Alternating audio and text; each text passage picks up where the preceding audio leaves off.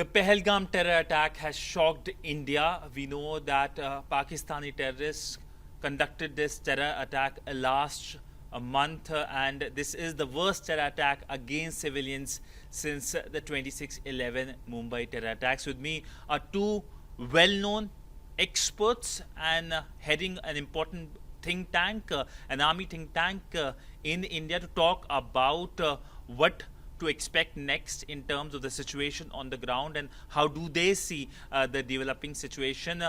Sirs, welcome to WION.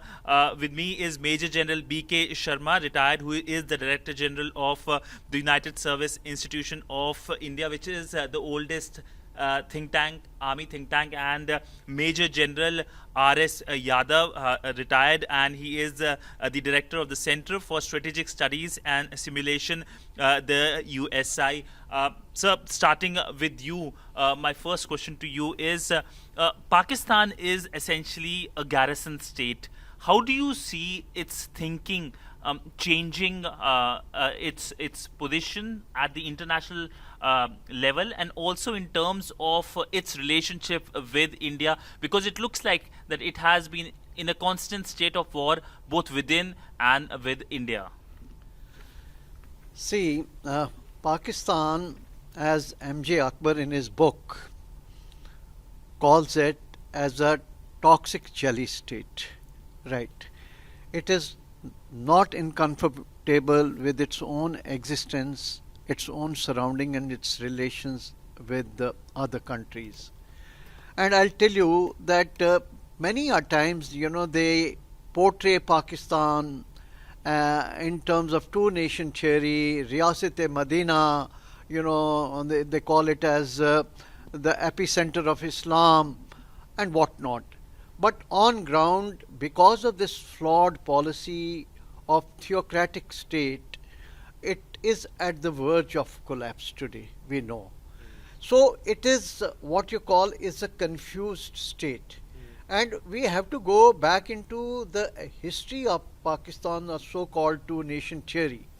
Initially, in 1870 to 1880, this two-nation theory was coined by Sir Syed Ahmad Khan in what we call is an Aligarh movement. And it was basically for the political and the educational renaissance of Muslim society.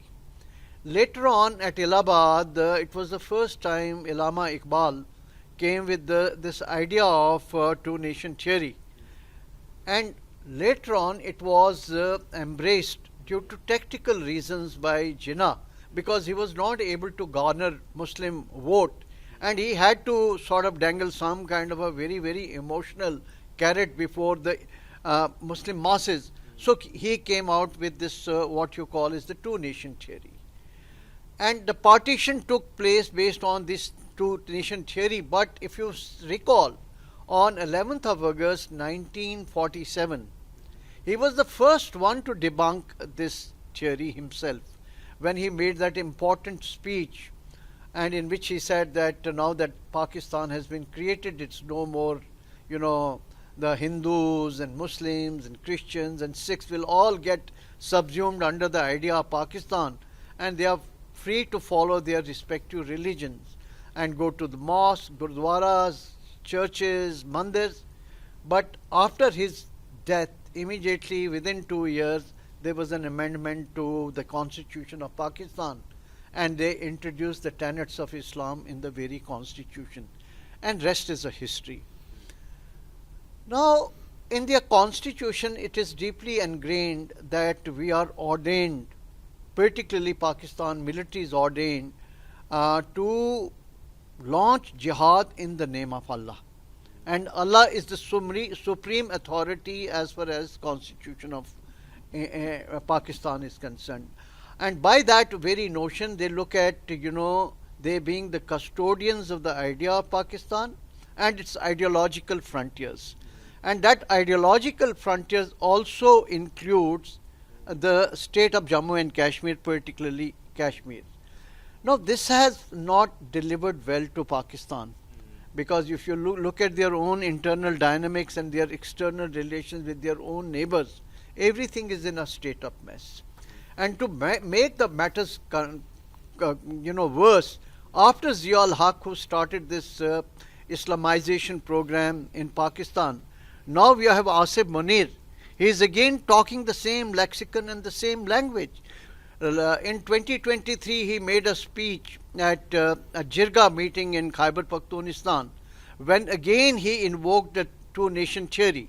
Subsequently, you know, on 16th of April, while he was talking to this Pakistani diaspora, he talked about that Hindus and Muslims can't coexist, and this idea we'll have to carry to our next generation. And on 26th of April, post Pahalgam attack, again he spoken at the Pakistan Military Academy, when he again invoked this idea of two-nation theory. So on the whole, I think they are totally obsessed with it, and they are facing a major identity crisis. Sometimes they try to be more superior than the Arabs. There are times they want to be more Turkiya than the Turkey itself is. As a result, you have a hodgepodge kind of a doctrine and a state, and those state policies are actually giving them more harm than the harm they can cause to India. To Major General Yadav, similar question. How do you see its national character impacting its strategic choices when it comes to relationship with India, which is almost now in a state of freeze? Right. I think General Sharma has already pointed out, I'll use that word, confused state. So I think I'd like to reiterate certain things, that after getting formed on the two-nation theory, one thing was very clear, that they underlined the fact that Hindus and Muslim differences are irreconcilable. Immediately after independence in 1949, they came out with Objectives Resolution, in which they said sovereignty only belongs to Allah. It means that the state can only exercise authority within the limits of the religious aspects. And from there started the Islamic orientation in the governance. 1973, they declared themselves as the Islamic Republic. So basically what has happened, that Sunni Islam has come to be their national identity. Certain more things which happened was that they got embroiled from 1979 into the Afghanistan war, and there came the terrorism inside, and then there has been no looking back thereafter. Down the line also, because while they call them as democratic country, but then a lot of military leaders came in, and they not only pushed Islam, but they also pushed in the dictatorial things which have happened. So today Pakistan per se is in a totally confused state as to which way do they go. And now this is having an impact on their credibility as well as the global standing. Why credibility? Because the first point I would say is that ambiguity in their identity itself. Who are they? What are they? What do they want to achieve? The second thing is the religious extremism, which they are not able to define, because neither are they wanting to keep themselves within the fold of the religion. It is gravitating onto terrorism and any type of activity which they want to do. And to top it all is the blasphemy laws, that everything by the book, and they don't accept anybody else. Now it is impacting their global standing, because while they continue to be an important player, and that's why they are being US and everybody keeps the interest because of their geographic location and their nuclear capability. So they remain as a key player, but because of their confused state and the actions they take, they do not have much international credibility. They are just being kept afloat. Thank you. Sir, continuing with you, on my second round of question is on India basically. How do you see India as a civilizational state and it impacting its strategic choices? Okay. So, if I may, I don't want to miss a point. So, India's civilization is almost 5,000 years old. We have gone through the Vedic age, we've gone through the Indus Valley civilization, we've gone through the Mauryan stage, gone through the Guptas and the things thereafter. Now the things which have come out all through this are some foundational elements about India. First, philosophical inquiry, reverence to nature, family structure and ethos, societal thought, pluralism and dharma. These are the strengths of India and they have continued all through. Because of this, India has been able to withstand all the invasions and colonization, everything. So Bharat per se, I would say, is a culturally unified region rather than being called anything else. Now, it is to be also understood as to why Bharat is different, because it differs from the nation state. A modern nation state is generally defined by ethnicity, language, religion, sovereignty and territory. So these are the 5 things we differ. Now coming to the strategic thought, it is always shaped by internal and external threats, and Indian strategic thought is guided by endurance, patience, ethical restraint and preference for defensive rather than an offensive strategy, because we want to live in peace. Coming to the mythological side of the strategic thought, that it is not that we were always defensive. When Ram in the Treta changed to Krishna in the Dwapar, there were significant changes in statecraft. Kautilya, who was existing in the Mauryan times, he wrote Arthashastra, which was almost akin to what we are following today. It even had the use of spies, alliances and deception. But somehow I want to point out that the Indian strategic thought, apart from everything else, got guided by 2 basic things. One was Ashoka, pacifism, and the second one was Gandhi, non-violence. While all other aspects were existing in our strategic thought, but these 2 things somehow took the seat on top and everything got subsided. However, post-independence and lately, I think the thought is changing, where India has started asserting in the global arena and we are wanting to guard our national interests with. That's it. Sir, continuing with you, the same set of question on India, that is Bharat, its civilizational ethos helping it to grow in the region, and also a state which is a state that helps the global community, unlike its neighboring Pakistan. So how do you view this question as? See, today India, that is Bharat, is actually a shining example in the comity of nations of what we call is unity in diversity. There are so many religions, ethnicities, linguistic entities. They all got subsumed under one constitution and under one flag. So this is what we call is an incredible India. And the reason for this is because we take a lot of pride in our civilizational DNA.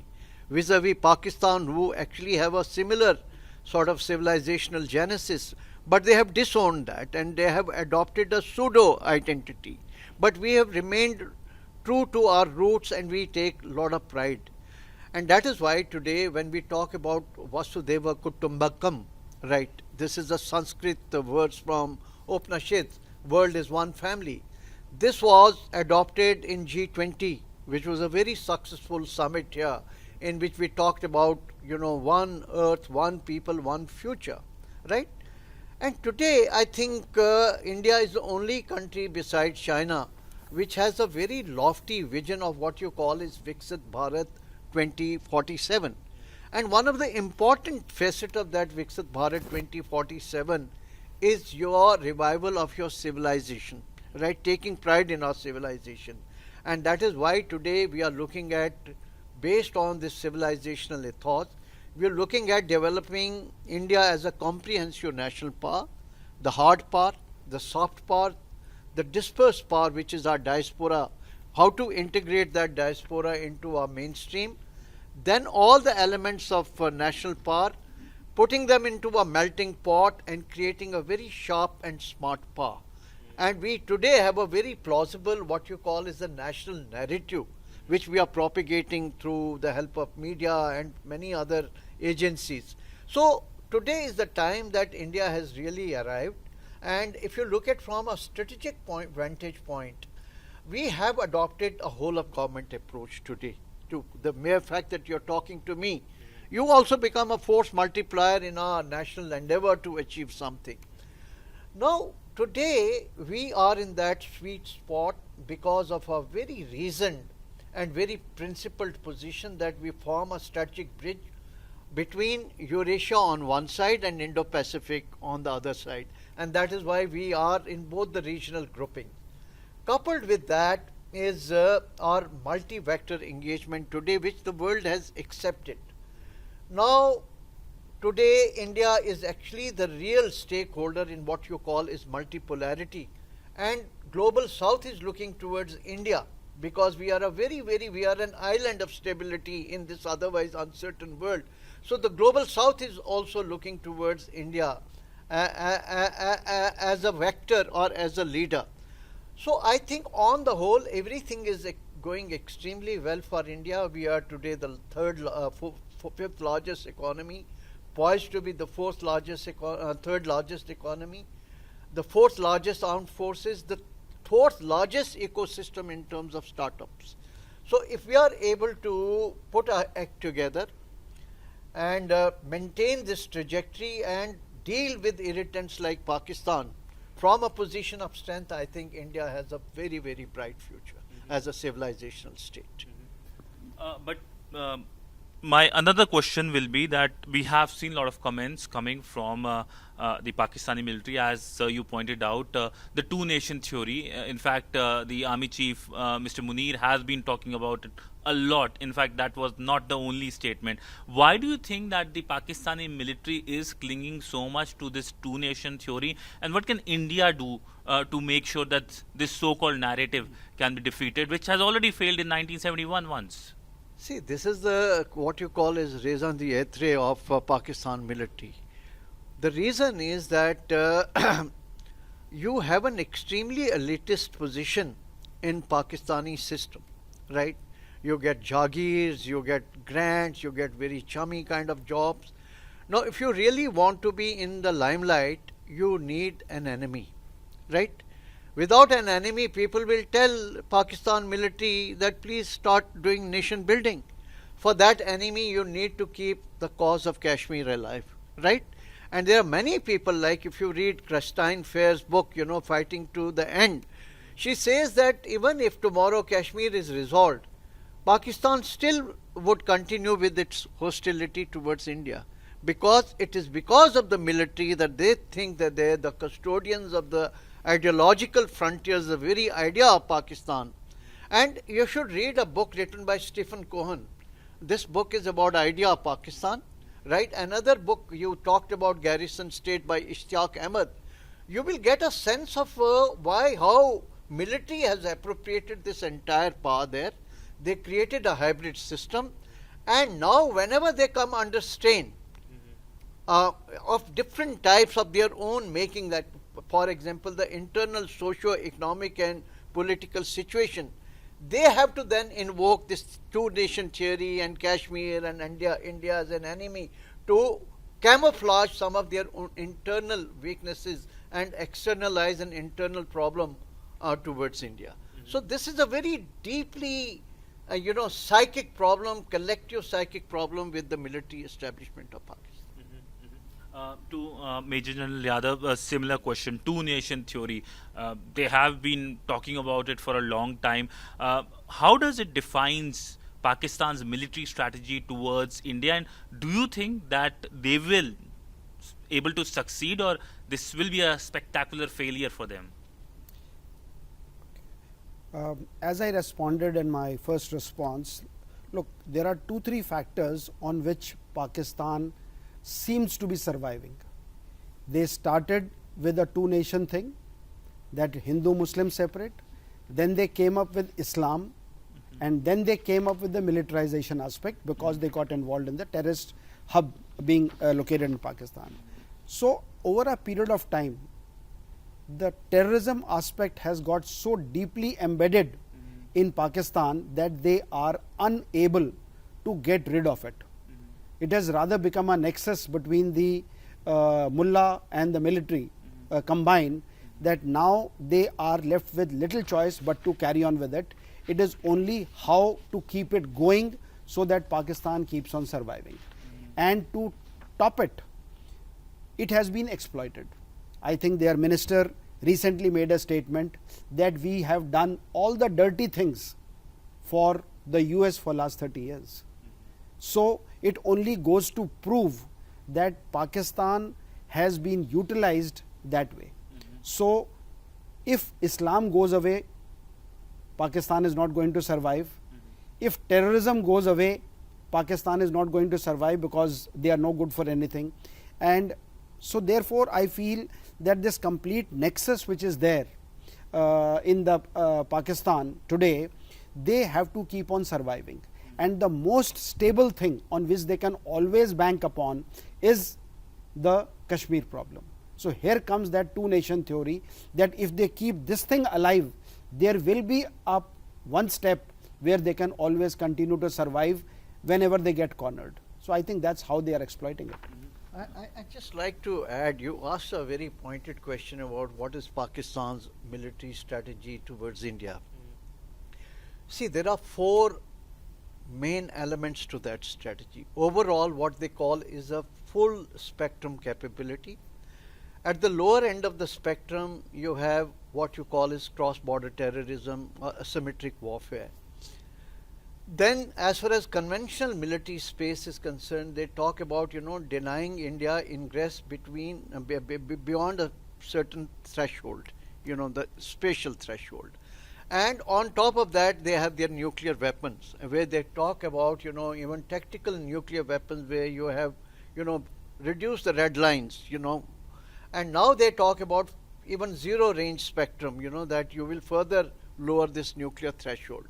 This is as far as the main prongs of their military strategy is concerned, and this is from Ziaul Haq's time, when he started with this war of 1,000 cuts. As far as external balancing is concerned, China is their main, supporter. They talk about this collusive hybrid threat. Particularly, this collusivity is manifest in Ladakh, where in eastern Ladakh, LAC has got activated. On western Ladakh, you have the LOC problem. So both are acting in tandem, and they've also become the main suppliers of military hardware to Pakistan. So these are some of the tenets of the Pakistan's evolving military strategy vis-a-vis India. My last round of question to both of you is, what should be the bottom line in terms of India having a normalized relationship with Pakistan? See, I would put three elements to this. My first element is that stopping cross-border terrorism is the fundamental requirement of India. I don't think India will engage in any dialogue with Pakistan unless they are able to dismantle this entire ecosystem and they do away with this cross-border terrorism. One. Second thing is, they have to stop interfering within the internal or in the internal affairs of India. Particularly, they try to, from time to time, unsuccessfully instigate a huge minority population in this country, interfere. So that must stop. And third thing is strategic trust. And onus of building that strategic trust lies with military, because they are the only kingmakers there, and political leadership has very little leeway. Pakistan military must come on board, build trust, and that trust should be verifiable and irreversible. And so your last comments, Okay. concluding this very important conversation. So I take it the other way around. What is the bone of contention between India and Pakistan? First is Kashmir. The second is religion, because they call themselves sort of custodian of Islam, and why the minorities here are getting troubled.